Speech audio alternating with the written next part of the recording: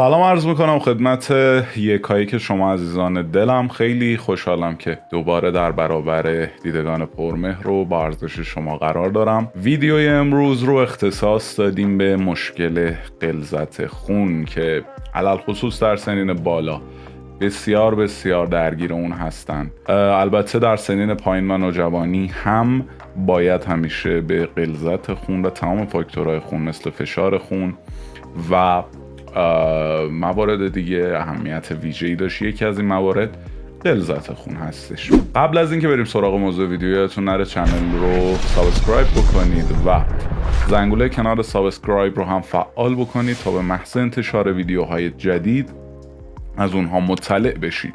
موضوع ویدیوهایی که ما در چنل قرار میدیم موضوعات پزشکی، سبک زندگی سالم با آشنایی با انواع بیماری ها هستش.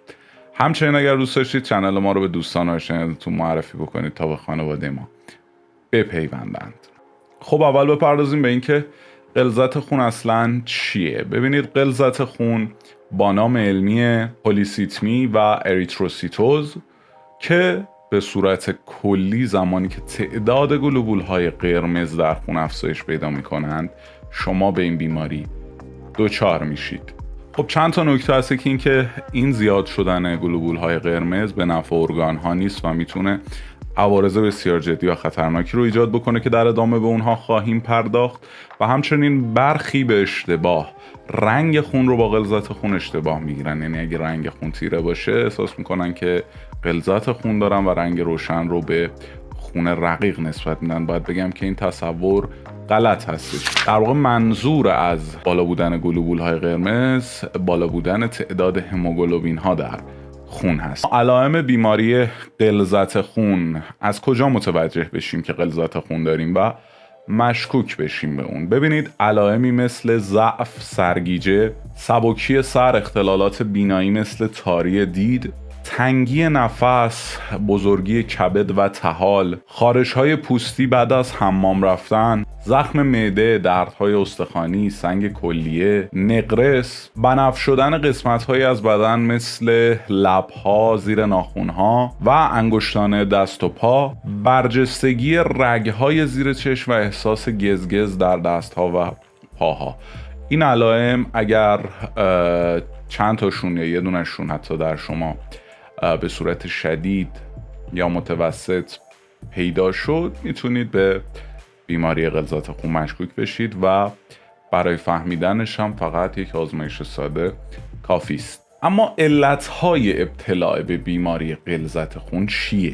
ببینید، استعمال دخانیات و کشیدن سیگار حرف اول رو میزنه در مبتلا شدن به غلظت خون. همچنین زندگی در ارتفاعات و کوهستان ها، به خاطر اینکه کمبود اکسیژن در اونها وجود داره، بدن به صورت ناخودآگاه هموگلوبین ها رو بیشتر میکنه تا بتونن اکسیژن رسانی بهتری به اندام های بدن داشته باشن و غلظت خون در شما بروز پیدا میکنه. مشکلات خونی، بیماری های ریوی و قلبی، مسمومیت با مونوکسید کربن، بیماری های زمینه‌ای، تعریق و اسهال شدید، تورم های بدخیم کبدی و کلیوی در بزرگسالان، فیبروم های رحمی در زنان، کیست های متعدد کلیه و استرس و فشارهای روانی. اینها عللی هستند که میتونن باعث به وجود اومدن غلظت خون بالا در اشخاص. اما همونطوری که خدمتتون عرض کردم، افزایش غلظت خون و تعداد هموگلوبین ها به نفع ارگان های بدن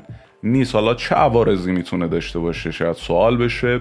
در اینجا به این سوال پاسخ خواهیم داد. ببینید، زمانی که غلظت خون افزایش پیدا میکنه، حرکت خون در رگ ها و در قلب سخت میشه و ممکنه که در اندامی مثل دست ها و یا پاها گرفتگی ایجاد بکنه و کند شدن حرکت رو باعث بشه و در موارد حادتر میتونه باعث سکته های مغزی و قلبی بشه، این کند شدن جریان خون. همچنین افزایش غلظت خون میتونه باعث به وجود اومدن آمبولی ریه بشه، باعث خونریزی از قسمت بینی میتونه بشه افزایش غلظت خون و همچنین باعث بزرگ شدن کبد و طحال در اشخاص میتونه بشه. غلظت خون نرمال چقدره؟ ببینید، من یک ویدیو کوتاه هم قبلا ساخته بودم و اصطلاحاتی که در برگه آزمایش استفاده میشه رو خدمتتون توضیح داده بودم. به میزان درصد گلوبول‌های قرمز در واحد حجم هماتوکریت یا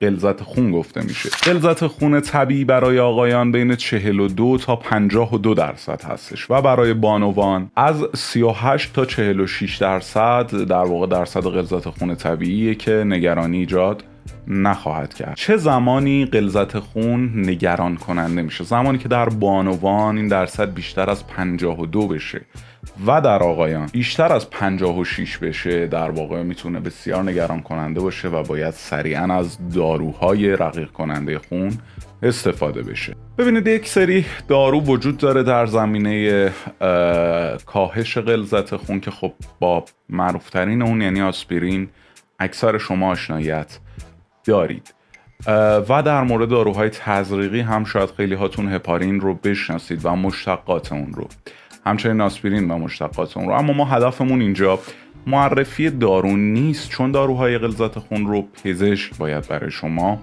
هم نوعش رو و هم دوزش رو تعیین بکنه.